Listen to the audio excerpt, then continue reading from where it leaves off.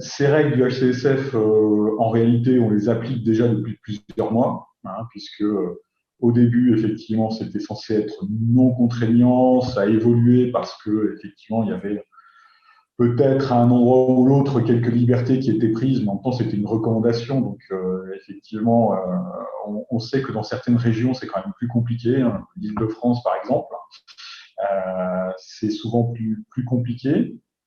Donc, on a eu quelques échanges avec le HCSF pour éventuellement pouvoir ajuster un petit peu ces règles et faire en sorte que ça soit plus acceptable. Alors, là-dessus, hein, c'est des échanges, on n'est pas décideur, mais c'est vrai que la prise en compte, par exemple, du reste à vivre pour un certain nombre d'emprunteurs nous semblait être un critère intéressant. Qui n'a pas été retenu. Et donc, effectivement, à nous de faire avec ces règles. Du coup, on a dû développer pour nos réseaux un certain nombre de suivis, d'outils, pour nous permettre de gérer au fil de l'eau, finalement, l'évolution de ces critères et vérifier que chaque trimestre, nous sommes dans les clous de ce qui est aujourd'hui, du coup, une nouvelle contrainte.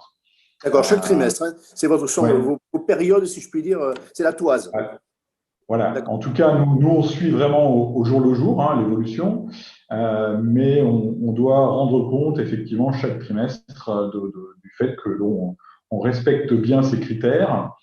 Alors, d'une certaine façon, j'ai envie de vous dire, puisque ça fait déjà plusieurs mois qu'on l'applique et qu'on a connu, vous le savez bien, et on a tous vécu une année 2021 pardon, assez exceptionnelle en termes de crédit immobilier, puisqu'on a eu une production de crédit qui était absolument remarquable, bien supérieure à ce qu'on a connu ces dernières années. Et puis, même quand on compare avec les années où il y avait beaucoup de rachats de crédit, hein, là, on est vraiment sur de la nouvelle production. Et donc, on voit que même si ces critères sont contraignants, ils n'ont pas empêché une production très importante de crédit immobilier. Et donc, par rapport à peut-être un élément qui était recherché par le HCSF d'éviter un peu la surchauffe, dans ce cadre-là, on peut dire que l'objectif n'est pas complètement atteint, ou en tout cas en 2021, on a vu que ça n'a pas empêché une activité dynamique sur le crédit immobilier.